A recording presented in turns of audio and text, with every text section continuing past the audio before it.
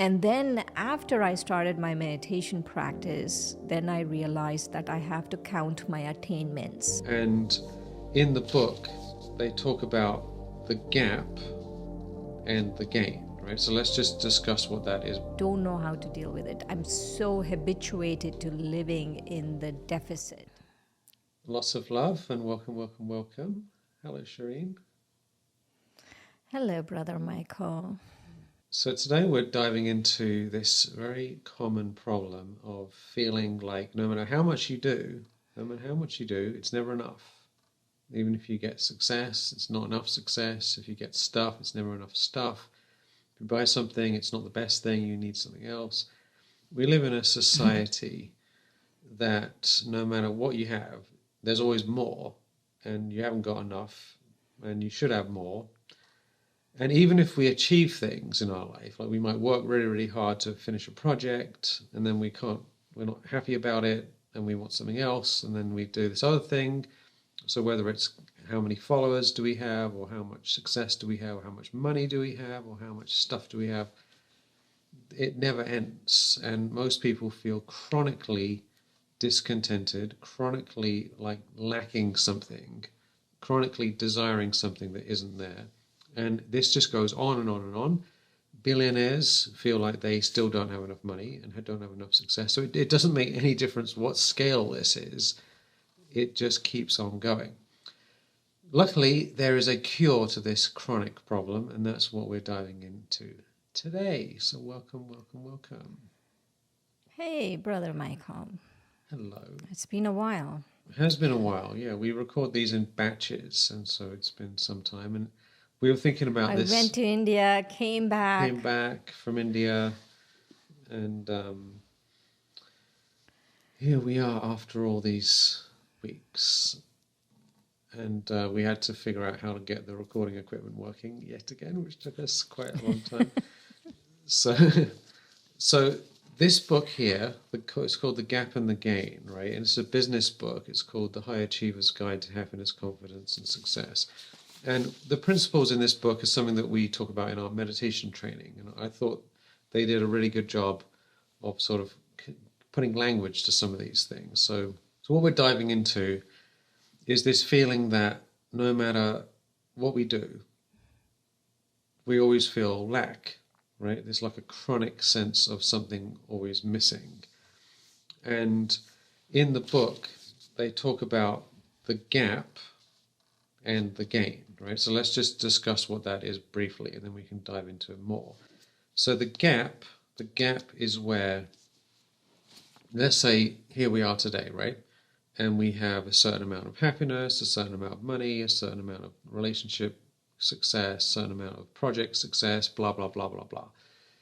But we want to be over here. This is where we want to be in the future, and we're here. And depending on how far away this gap is, like if I'm over here and I want to be here, depending how big that gap is, the bigger the gap, the more pain we have, basically. We say, yeah, I am here, but I want to be here. And because I'm not here, I'm unhappy about it, basically. So that's the gap. Anytime we think, why haven't we set this up? Why isn't it ready? Like just before the call, just before this podcast, we were trying to set up our recording equipment, right? And I'm like, okay, so we have to get the audio thing working. Then we have to get the video working. And Shireen's video had all these weird lines on it, right? Because she pressed a button or something. And so how are we going to, and then, but we have to wear these head things here. And then we have to, all this stuff, right? And so there's a gap between getting ready and not being ready. And so that's the gap, right? The gain is where you think, okay, where was I at the beginning and how far have I come up to this point, right? That's the gain. Like we realize how far we've come rather than how far we have yet to go. So that's what we're going to be diving into today, because if we always base our level of happiness on external things that have yet to occur, then we're always going to feel unhappy, because it's almost like we're trying to reach the horizon, we're trying to reach the end of the rainbow, right? And you can't get to it. That's what it's like. I mean, when I was living in Hawaii, there's loads and loads of rainbows, right? And you think, well, there's got to be the bottom of the rainbow somewhere, and you keep driving around, and you can't never get to it, right? You can never reach the horizon. So we're always running around after things we don't have. And even if we get what we want, It's almost like we don't know how to deal with it, right? So let's say I don't know how to deal with being full, how to deal with being content, how to deal with having attainments. I don't know how to deal with it. I'm so habituated to living in the deficit. This needs to be done, this has to happen, this thing, and some future thing has to happen. Like I think we need to train ourselves to live not only in the moment, but we have to train ourselves to live in the moment where we feel we have attained few things. yeah, that seems to be the missing thing. It's like a chronic, habitual pattern of living where it's never enough permanently. No matter what happens. Right. Yeah. Because we don't know how to live in enough. Right. Like, what is enough? The mind is comfortable with living in not enough. So, when I came to this realization that something is totally off with what's going on in my mind, is when I don't know, for the longest time I could remember growing up in India, I wanted to come here. To the US was a distant thing, but somewhere I wanted to go out somewhere, be on my own, be independent, Yeah. Be financially independent, all of those things. Right. And I really worked for it. You will not believe how I worked for it. And then, so fast forward a few years, now I'm living in Tampa and I have my own job. I just got a job. I have my own job. And so I'm financially independent. I'm alone. I'm living alone. Right. Right? There's no one around me because I'm like surrounded by people in India, right? Yeah. There's no one around me. None of my family's there. I'm living alone and I'm financially independent. And I was not happy. I was like, and then I sat down and thought about it. I've worked for this forever. What is going on here? Yeah, it's like, what the hell happened there? What's the Yes. strange curse? And that's when I started looking. If we notice these things, we should take time to notice this. Do I know how to live in the happiness, or am I always going to be in the deficit? Right? There's always something lacking. There's always something else I need to achieve. That is living in the deficit. Yeah, living in the gap. It's living in the gap. The lack. Yeah, this is such a chronic and endless, permanent problem that it's like water. It's like the fish in the ocean. It's just like it's surrounding. And marketing is all based on lack, isn't it? Like if you go on Amazon, Right. log into Amazon, and you look at it, it's all stuff that you haven't got because they sell things, all entertainment that you should be watching, and it just never ends. It literally never ends. I mean, some of our students, right, in my business, they buy my course and they're like, oh, this is great, hooray, hooray, hooray, and then they go on Facebook or Instagram and they see other courses, oh. And it's like it never ends. They jump around, buy all these things, and then they come back, and it's like, so it doesn't matter whether you're learning something or buying products. I mean, just recently, this is quite funny. One of my lenses made weird noises, so I got a new lens. So I've got a bunch of them, tried them out, and I got the one on. And then I was like, I need another lens. So I ended up, I've got like all these lenses everywhere. It's like, because where does it end, right? Where does it end? You keep upgrading equipment, upgrading cameras, upgrading microphones. It's just absurd, and it just keeps on going. And I remember one time when I was in Hawaii. So I was in England, and I had a spiritual awakening, and I felt great for quite a long time. And then I started getting back into the gap, what's missing, even with spiritual practice. Oh, I haven't got a meditation, oh, blah, blah, blah. And I was thinking something was off about my life. And then I finally moved to Hawaii. But then when I got to Hawaii, I didn't have enough money, so I was in the gap again, and then I did all this work, and then I made enough money, and then but my house wasn't right. Then I got a better house, and finally I had this big house, right? This big house, and then I wanted to be in a relationship. Then I was in a relationship, so I remember it was in this big house, had enough money, in a relationship, and one day I was walking on the beach, 7 o'clock in the morning.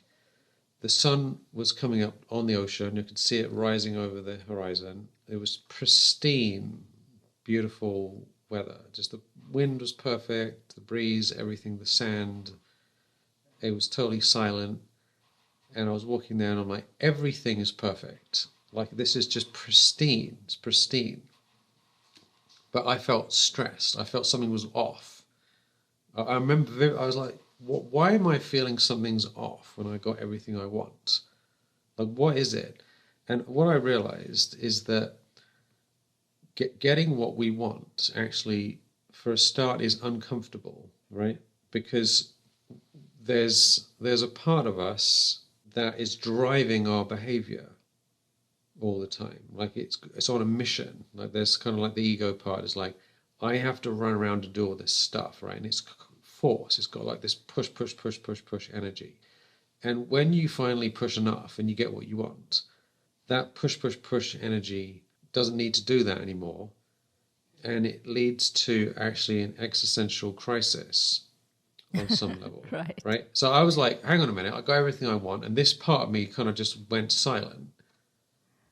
And the motivation for being alive sort of disappeared because it wasn't like survival mechanism anymore. And it was a real, actually, like a spiritual crisis on some level. So we think when we get what we want, everything will be great, but we actually have to deal with this whole other layer. Do you know what I'm saying? Like, what do you think about that? Like, if you get what you want and that's no longer a need, what are you going to do? I think you have to really look at your mind, right? That's what I was saying about the uncomfortableness. There is a certain pattern of thinking. The mind has a certain pattern of thinking.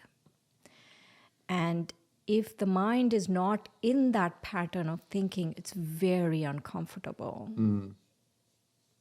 Right? Like, people could be addicted to so many things. Like, I've known people to be addicted to sorrow. Oh, yeah, for sure. Right? Because they don't know how not to think in sorrow. And even for a moment, if they think outside of sorrow, then they feel uncomfortable because the mind doesn't know what to do. And the other one is fear, right?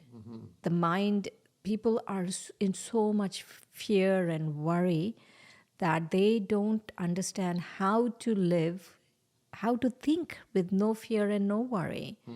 And if, let's say, we tell them, okay, now I want you to sit in meditation, and for 5 minutes, don't think of your fear, don't think of your worry. And if they manage to meditate for 5 minutes without thinking of all of those things and really thinking about something else wonderful, then they really are so uncomfortable with the new set of thoughts, new set of awarenesses. They're so uncomfortable. I've noticed this time and time again. They're so uncomfortable. They don't know what to do with themselves.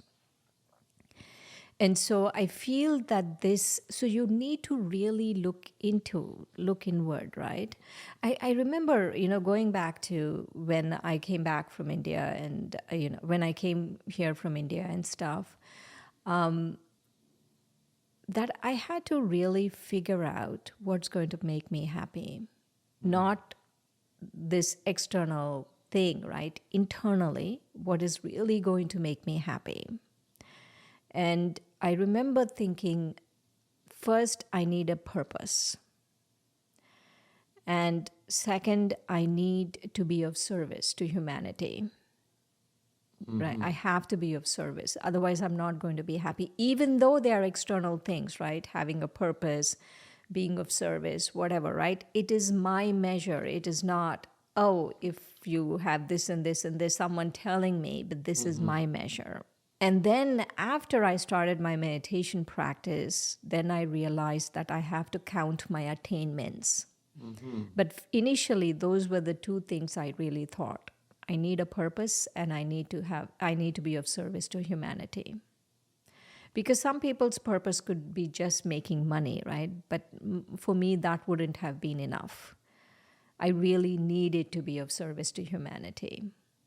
And I had to learn to shift, right? Shift from this, oh, I don't know what to do with myself, I have everything I ever wanted, to the reason why I'm not happy after getting everything I ever wanted was because everything I ever wanted was all external things based on, what some things I wanted, but mainly based on reactions to what was happening in my life. Mm-hmm. And so when I stopped reacting to what's happening in my life, I had to really, come up with what is it actually, without external influences, without reaction, right? Without the threat of, this is going to happen, that's going to happen. If I stay in India, I'm here and I can do this. I can do this on my own, and I need to figure out my own metrics. Right. Yeah. So that was very important. Yeah, that's huge to have your own measuring. What do we measure, right? Like you were measuring things based on certain outcomes, physical outcomes, like having enough money and having your own place and all that stuff, which was a metric. And you got that metric and you achieved the metric, right? But then you realized that it wasn't doing the job. That wasn't actually satisfying. Even if you achieved it, it still wasn't enough. And I think there's something very dangerous about these external metrics. Let's just dive into that a little bit, because let's say, for example, in this book, they have a funny story in the book of this guy who he thought when he has $1 million in assets or savings, he will finally be all right, right? So he worked on his different investments and made more money and saved, and now he has $1 million, right? That was his number. And then he was like, you know what, it's just not doing it for me. So then I need 2 million. So then he worked hard and he got 2 million, right? So now he should finally be able to relax. And so now himself. With inflation, it should be 10 million. Yeah, and then he's like, no, it's not working. So then he moved it to 5 million, and he got to 5 million and he wasn't happy. And then it was 10 million. And he ended up with, I think it was 17 million or something. And no matter how much it was, he always was just like, I'm just not feeling it, right? Do you know what I mean? Like, it could keep going to 200 million, 500 million, 1 billion, 2 billion, 3 billion. Like at what point? Because there's something funny about this, right? So one is, sometimes you can't reach the metrics. Like some people, they're like, I need this amount of YouTube subscribers, otherwise I feel off. Like loads of people feel like, in terms of like social media stuff. And, I'm no good, no one liked my post, blah, blah, blah. And they really ruins their life because this is the standard and they only got this far. And so they're constantly in lack based on the metric of that metric, right? But then when they get it, it's never enough. Do you see? So there's two problems here. They get burnt out. A lot of people get burnt out. They get burnt out. So one is if you don't meet the metric, then you're miserable because you haven't got it. But if you do meet the metric, you're still miserable. This is like a major, almost like a cosmic curse, isn't it, in the mind? If you don't make enough, you're stressed. And if you do make enough, you're still stressed. In a way, getting the metric is even worse because now you've got the thing you want and you're feeling terrible about it, like I did on the beach. So you're screwed either way, actually. So what we're talking about is that we need to create new metrics that are based on things that are internal, that are meaningful, that are actually relevant to us. Someone might be thinking, why do you need any metrics? So let's just look at that for a minute. Shreen, do we need any metrics at all, or should we just say whatever? I was thinking about this guy who wasn't happy with his assets. He didn't feel enough assets. But we do all need to pay bills. We all need a good house to live in. So we need money, right? So it can't be, I'll go to one extreme and say, I don't need any external metrics. I'm just going to, if I have this wisdom and if I'm able to do this much meditation, then I'll be happy, right? Which could be, like it could be here where you're not at all motivated to do anything. And in this extreme, and this extreme is where you feel you have 500 million and it's still not enough. I feel that to really be in happiness, you have to follow the mid path, because it can't be this extreme or this extreme, because you do need money. Yeah, you we need do need money to money. pay. We need money to pay bills. And so it can't be this extreme or this extreme, but while pursuing whatever you're pursuing, whatever the next million you're pursuing, you have to define, is this really what I want? What is it that I really want? Because defining metrics is so important. If you don't define metrics for yourself, it's really, everyone else will define it for you. People think, oh, I'm not making a choice, but not making a choice is also making a choice. Right. So if you don't come up with metrics, someone else will come up with a metric for you, and we get influenced by this someone else who's come up with the metric. That's a good point. Yeah. So, in other words, you can't have no metrics at all, because we're living in a world where there are scales of everything. There's health as a scale, money as a scale, happiness as a scale. Whether we like it or not, that's just the universe. I mean, there's hot and cold, and there's this and that. So metrics exist. So we have to suck it up and realize that there's no way around it ultimately. But one is external metrics that are based on things out of our control, or external things. Like, so that I can try and make money, and I can make money, but I can't guarantee that I'll have the amount of money that I want necessarily, because it's external. Do you know what I mean? Like, someone might say, I was at the Buddhist stupa, right? And this is cracks me up. And they have this like prayer board, right? Where people write prayers, and they normally say things, I wish peace for everyone and stuff like that.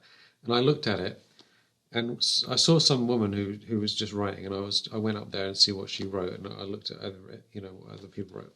And she said, I want $100 trillion. That's what she wanted. I thought that was really funny. I want 100 trillion. I thought, is there $100 trillion in existence? Maybe there is. I don't know. It might have been 1,000 trillion. I think is what it was, or 1,000,000 trillion. But so she can't get $1,000,000 trillion realistically, unless there's hyperinflation. So we can have metrics, and we can move, but we can't guarantee we're going to get them. But we can have metrics that are internally satisfied. So, for example, we can choose to smile. We can choose to have good thoughts. We can choose to be grateful and appreciate our abundance and our attainments. We can choose to do meaningful work with our life, like be of service to others. These are things in our control, right? So if the metrics that we have are things that we personally can control, it's a totally different situation than if the metrics that we have are things out of our control, based on certain other things happening, like the weather. Oh, I'm only going to be happy if there's a certain temperature. That's dangerous, because what if it isn't? Where does this end? There is metrics, right? And then there is happiness based on the metrics. Mm-hmm. So let's say I want a promotion at work, and I feel I'm deserving of this promotion at work, and I am going to make this much amount of money if I do get the promotion at work. And so it's not bad, right? You should have, I want this promotion at work, and I should make this much amount of money. And so that should be your goal, and that can be your metric, but you can't base your happiness on that happening. It's so sometimes I feel external metrics are not bad. You can have external metrics, no worries. But you can't just base your whole life on that metric. You can't base your whole life on something that is absolutely out of your control, like you're saying. No, You you can't won't be base your happy. happiness, your contentment, your joy on something that is not in your control. No, you can't. And I don't think, like, let's just be clear what we're saying here. We're not saying that you shouldn't have goals and visions and metrics. Like I have metrics for helping people and money and all sorts of metrics, right? And I like my metrics. So it's not like I don't have them. But my main metrics are: am I happy? Am I grateful? They're based on things within my control, basically, right? So like in business, they have these two terms, lag and lead. So they have lag results and lead results. Lag is like, let's say we're recording a podcast. Let's say we recorded previous podcasts. So we did podcasts before, and this is how many podcasts we previously produced, and here's how many people, blah, blah, blah, blah, blah. They're all based on the past. Lead are things that are in our control today. Like I can do a new podcast today. I can smile. I can, go for a walk. They're in my control. These are lead metrics. And so there's nothing wrong with checking what happened and looking at our chart and looking at how things are going in the past. But more importantly is, what am I doing today? And what is in my personal control? Because then we can feel sovereign, self-sovereign, and we can be very happy about our life because we are living according to what we want. That's the difference. And the gain is, just to come back to this book briefly, right? So the gap is saying, here I am and here's where I want to be, and there's this gap and I'm unhappy about it. The game is saying, here's where I was and here's where I am now, and look how far I've come between here and here. But that actually brings us a lot of joy, because we're saying, well, look where we are, because we can feel, we might as well give ourselves the opportunity to be grateful for how far we've come in our life, right? Even with spirituality, spirituality can backfire on people because they say, I'm not, like in Raj Yoga, there's a term, the 𝗕𝗦𝗡𝗦 stage, which is where you have cleared all your past karma and there's nothing left and you're in a state of complete enlightenment, right? So that's the end result. So I could easily say to myself, yeah, but I'm not 𝗕𝗦𝗡𝗦 yet, so therefore I'm miserable and unhappy, right? That would mean that my entire spiritual journey I'll be miserable, because you only become 𝗕𝗦𝗡𝗦 at the very end, right? And at which point, I assume at that point you'll be happy that you're 𝗕𝗦𝗡𝗦, right? But like, you're not going to likely get to that stage if we're miserable all the way through. Do you see what I mean? So how far, Right. compared to where I was at the beginning, how far I've come, I'm like, well, this is amazing transformation, actually, relative to here. Yeah, absolutely. Absolutely. Going back to becoming 𝗕𝗦𝗡𝗦, right? Or spiritual metrics. What I've noticed is, I'm laughing because what you were saying, at the end, when we finally become 𝗕𝗦𝗡𝗦, are we happy or are we just neutral? So, whatever. It's Does just it like, make any whatever, difference? done. Yeah. But what I've noticed with spiritual metrics, right, is you can have spiritual metrics. Let's say I decide I want to have 4 hours of meditation a day, right? And what I've noticed is that if I have 4 hours of meditation a day, then I'm really, truly content, right? I can feel the contentment inside. But then when you're talking about spiritual metrics, then you have to deal with Maya, right? You have to deal with your own resistance towards having 4 hours. Then, you're trying to sit down and everyone is trying to call you, talk to you, come over, come to the center, all of this stuff, right? All of this stuff is going on. And so, but those are external, right? People coming and all of that, those are external. But internally, at some point, you encounter so much resistance. And And so you give in to the resistance and you don't do 4 hours of yoga, 4 hours of meditation.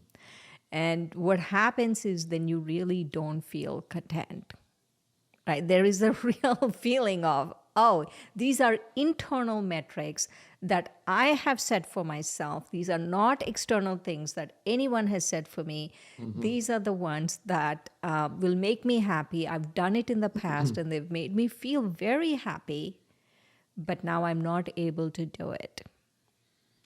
Because all the Maya that is going on, right? The illusion, the resistance, all of that stuff is going on in my head.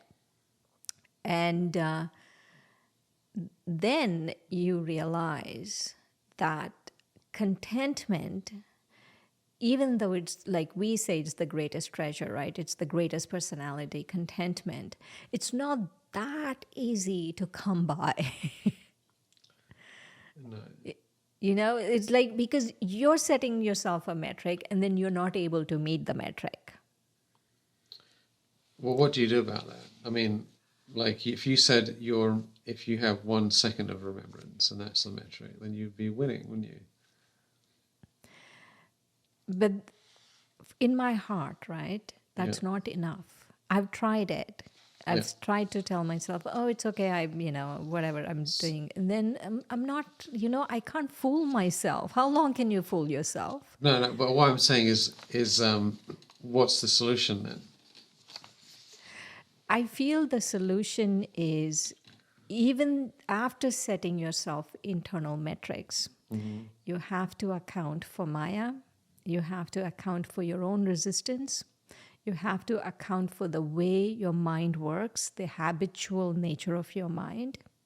Your mind is habituated to thinking a certain way, and it's very uncomfortable for it to think any other way and be happy in any other circumstances. And so you have to be very gentle and compassionate with the self. Because you have to understand that these things exist. Yeah, absolutely. It's not, it's not as easy. I'm sorry to be the bearer of bad tidings here. Hardcore spiritual stuff is harder to do. Yeah, it's true. It's not as easy as, oh, I'll just live in the gain, I'll get my own metrics going, and then that's fine, right? It's not as easy as that. No, it does require... I mean, it depends what the metrics are, though, doesn't it? Someone could say, I had 5 minutes meditation and I'm quite happy about it. But your standard for yourself is a lot higher. So you're dealing with much more difficult to achieve metrics internally. That's the difference. I feel many people have a very high standard.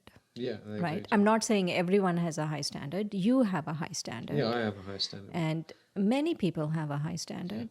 Yeah. And the metric, the gain, right? The metrics you're thinking, okay, these are my internal metrics and these are the metrics I'm going to be happy with. Once you actually sit down and write it and think of everything that's under your control in that, you realize actually some of them, even though they're under your control, they're really not under your control because there is Maya waiting right here to, punch you out. That's true.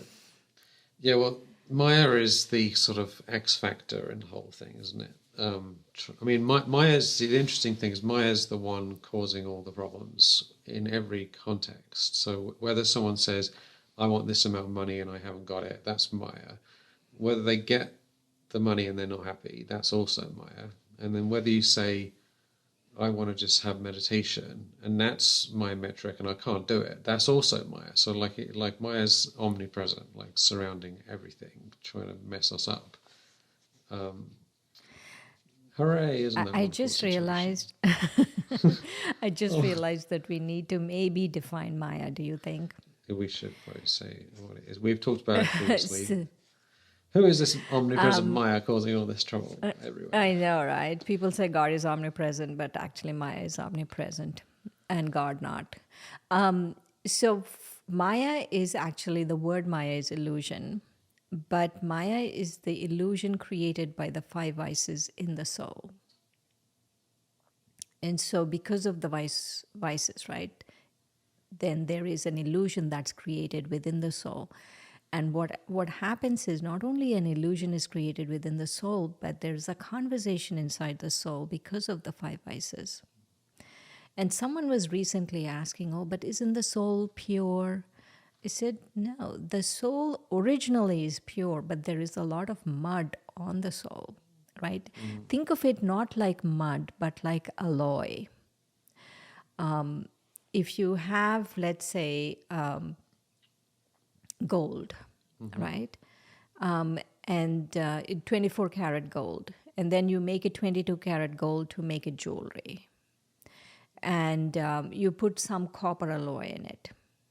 But when you do look at the jewelry, you don't see the copper alloy, right? You just see the gold. You just think, oh, it's gold. And so it's the same way with the vices. There's this alloy of the vices mixed in the soul. Yes, the soul is pure, but then there is lust in it, greed in it, anger in it, fear, laziness, resistance. All of these things are inside the soul. And that creates not only an illusion. For example, let's say I'm fearful of white people. And Yeah, 'cause they're something all happens. KKK members after all, aren't they? All these white. Yeah, right. So I'm fearful of white people, and someone comes to the door who looks like let's say I got mugged at some point, and I'm fearful of white people, and someone comes to the door who looks like the guy that mugged me, right?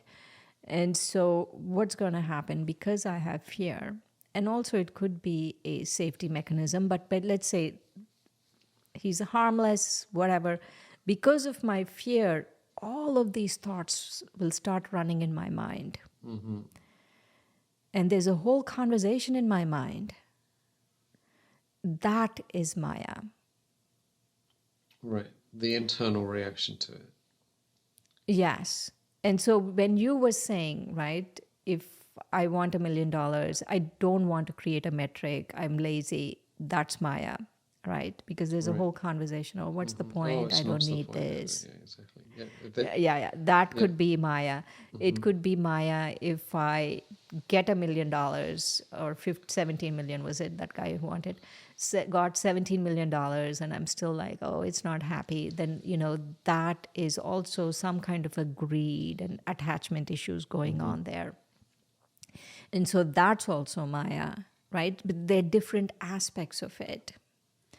But just because we come onto the spiritual path and just because then we've decided, no, all my metrics will be spiritual and now I'm going to be happy, it's not going to happen. Yeah. I mean, the five vices: lust, anger, ego, greed, attachment, and then there's laziness, carelessness, fear, and there's all the subcategories, and then there's the women's versions and the men's version. So we were talking about this the other day, actually, in a group. There's probably about 50 vices if you add all of them up with all the subcategories, right? So, and what are they? Let's just say greed, for example, right? Greed is a vice internally. And what is it based on? It's based on lack. It's still based on metrics. They're saying, I'm here and I want to have this. I want this and I haven't got it. So therefore, I want to do something to get it. So greed is a metric, a lack-based metric. Lust is also lack-based. I want certain person, I want certain experience. It's the same, it's a lack again. Anger is a lack-based metric, isn't it? Anger is I want to be right, I want to prove my point, I want to beat the person down.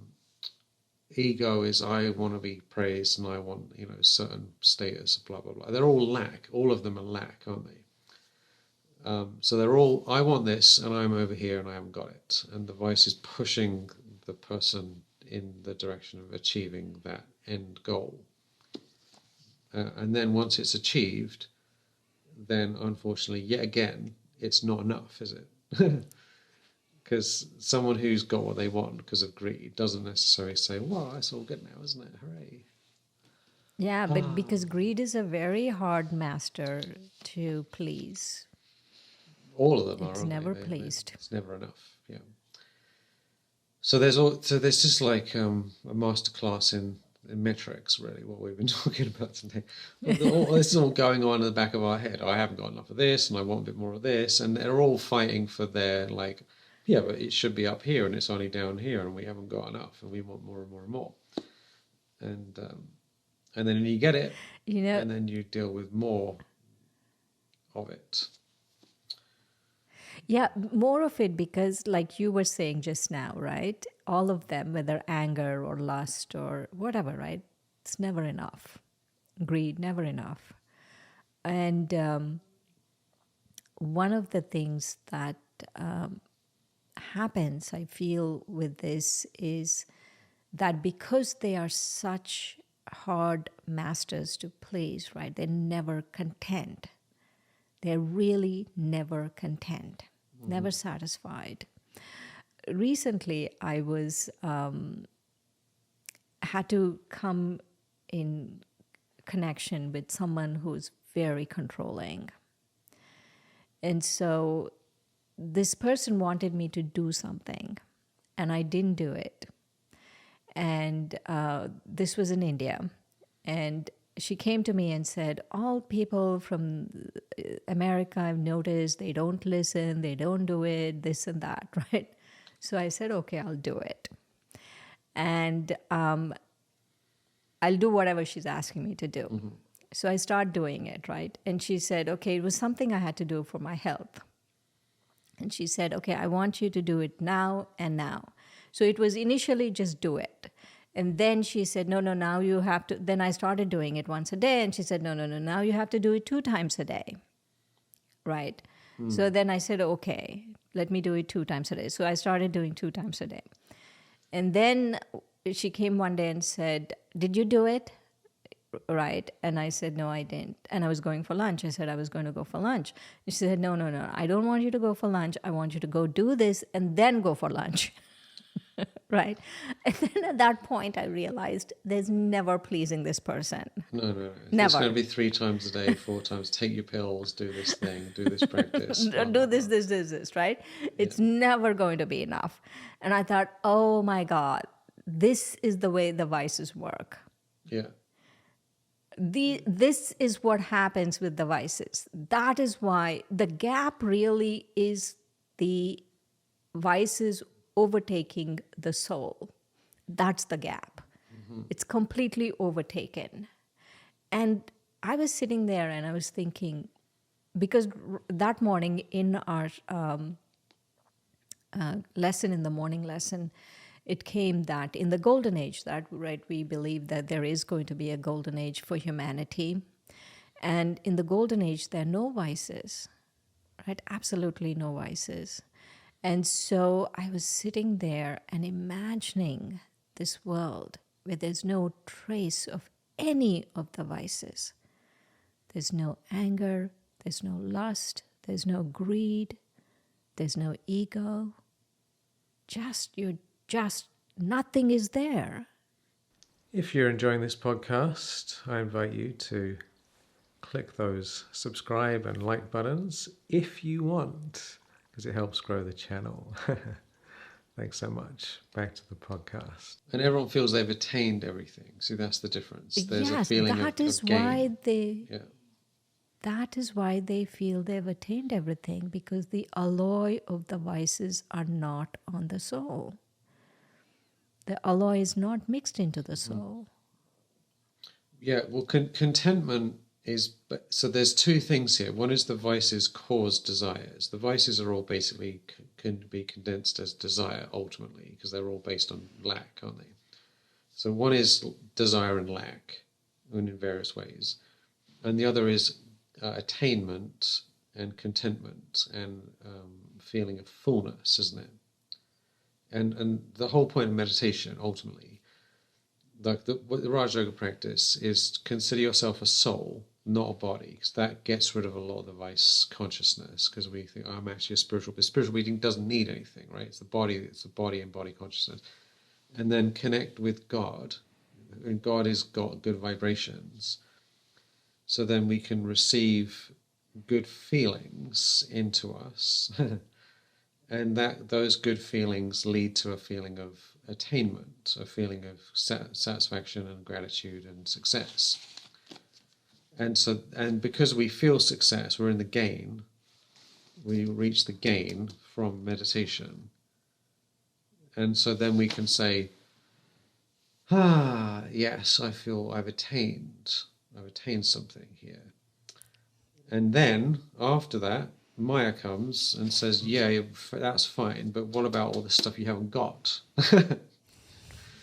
And then it's back to, that's the whole thing. That's the sums up the whole path, really, isn't it?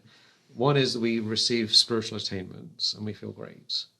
And then some part of us goes, yeah, but what about, it's time for this other thing now. Ooh, what about this? So that seems and then we have to say, no, let me come back to spiritual attainments, because spiritual attainments are internal.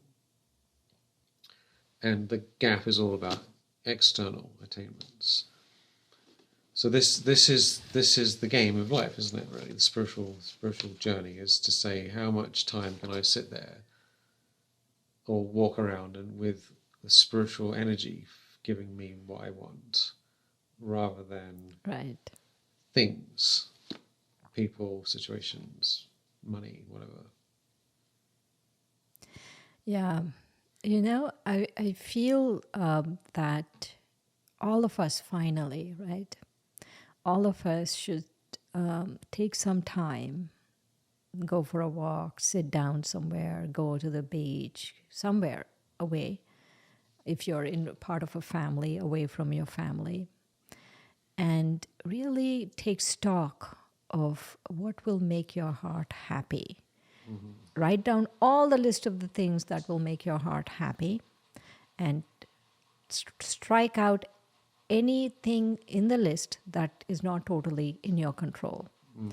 So let's say if I'm a mother and my children's safety will make my heart happy, that's really not in your control. Mm-hmm. Right? So you have to strike it out. I'm not saying that shouldn't be there, but it's not in your control. There's nothing you can do about it. Yeah. And then you come up with the condensed list of what really is in your control and what will make your heart happy, and do those things. And if keep doing them, don't give up, because Maya makes you want to give up. Maya is the first thing that Maya makes you do, is wants you to give up. Don't give up, keep doing. If you're not able to do, be compassionate with yourself and just keep doing them. Mm-hmm. Yeah, this is the homework, really. To get in the gain, you need metrics based on internal things. Like in my shower, I have these little notes that stick on the wall, on the glass. And my metrics are smile, remember I'm a soul, remember I am, remember God, and and be happy service. You have a hot shower. Be happy, I have a hot shower. It's unlikely that's going to go away anytime soon, but you never know. But I remember I was in Nepal one time and they didn't have hot showers, and I was like, oh my God, and it was cold as well, because up in the mountains. I really appreciate my hot shower. But so hot showers and happiness, good vibrations. The more we have internal metrics. So I can remember I'm a spiritual being. I can be grateful for everything I have and connect with divine energies, filling me up with good feelings. That's in my control. And and any time I do it, I can be happy. It's not like, only after 5 hours, then I can be happy, because that's not a good way of going about it. I remember one time recently I was in Hawaii, and my aim was to have 8 hours meditation. I never managed 8 hours. I did manage 7.5 hours, Yay! Wow, which that's great. one day I was like, I'm not doing anything else except meditation. So I should have been able to do 8 hours technically, right? But even then, so I got to like 7.5. I'm like, I'm going to celebrate 7.5 hours. I mean, that's not something to just take lightly, right? So, but even if you have 1 second, we have to say 1 second is a win. Do you know what I mean? And then 2 seconds is a win, and 3 seconds is a win, because in our spiritual teachings, there's this quote is mentioned. You have to start with 1 second, and then 5 seconds, and then half a minute, and then 1 minute, and then 2 minutes. You can't start with 6 hours. That's because you're just going to feel totally devastated all the time. Oh my God, I didn't manage it again. We're like, no, but did you do it at all? Yeah, I did. Well, then that's great. So we want to, because the thing is, the more we celebrate our little wins, I did 1 second, yay, I did 3 seconds, yay, I did 5 seconds, hooray. Then we're more likely to want to keep doing it, aren't we? Whereas if I say, oh, I only did an hour, oh, it wasn't any good, oh dear, oh dear, oh dear. That's not a good attitude, actually, and it's not going to lead to more meditation. It's going to lead to disappointment and self-battling, isn't it? Right. So we want to come up with internal metrics and then celebrate our progress again and again and again, rather than always feeling lack. Let's say, for example, Shireen wants to do 4 hours a day and she manages 3 hours. You should be happy that you did 3. Don't you? I will be happy with 3. I was laughing when you were saying about 1 second, 5 second. Yeah. After 30 years, right, it should be a little bit more than 5 Well, seconds. yeah, we're not. That's all I'm saying. It says sometimes in our spiritual teachings, it says some people have been in this knowledge for 50 years and they don't remember anything. So that 5 seconds would be an improvement, wouldn't it? Right. But no, we want to. Our standards should be within. Go from the seconds to the minutes, and then the minutes to the hours. Really, shouldn't it? All right. Yeah. Over the years, that's what happened. Yeah, it yeah. went to the hours, and then Maya came. But again, I feel mid-path, right? Again, in this mid-path. Okay, I have the aim. It's not like I don't have the aim, but I can't be totally disappointed in myself. I have to have compassion for myself. And that is the mid-path. Don't go to this extreme. Don't go to this extreme. Mid-path. Yeah. So, but even hours comes out of seconds and minutes, doesn't it? So Absolutely. we want to enjoy our seconds. So the key message here is recognize how many gains you have, make them internal, celebrate your gains, because the more you do, the better you feel, and the better you feel, the more likely you're going to keep on the right track, rather than saying, oh, sure, I have this amount of money, but it's never enough. And because that's the whole problem, isn't it? It's never enough, never enough, never enough. So if we can say, I have a cup of tea, yay, this is great, rather than, yeah, but I've only got like this much tea left. It's like, yeah, well, I can get more tea, but at least I got tea today. This is a totally different shift in consciousness that is totally life-changing.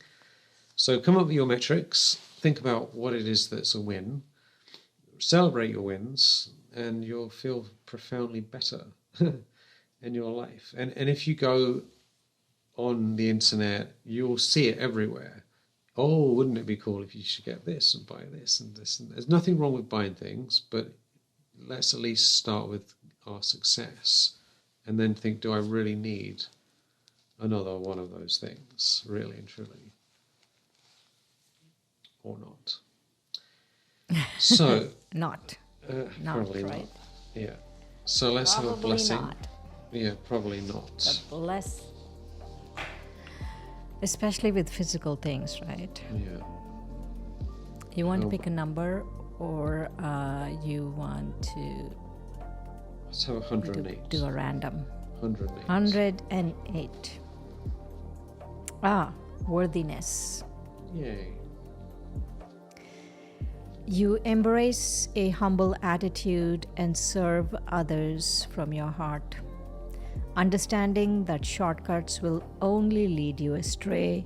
You embrace diligence and cooperation. You, the soul, realize that blessings come to those who give of themselves.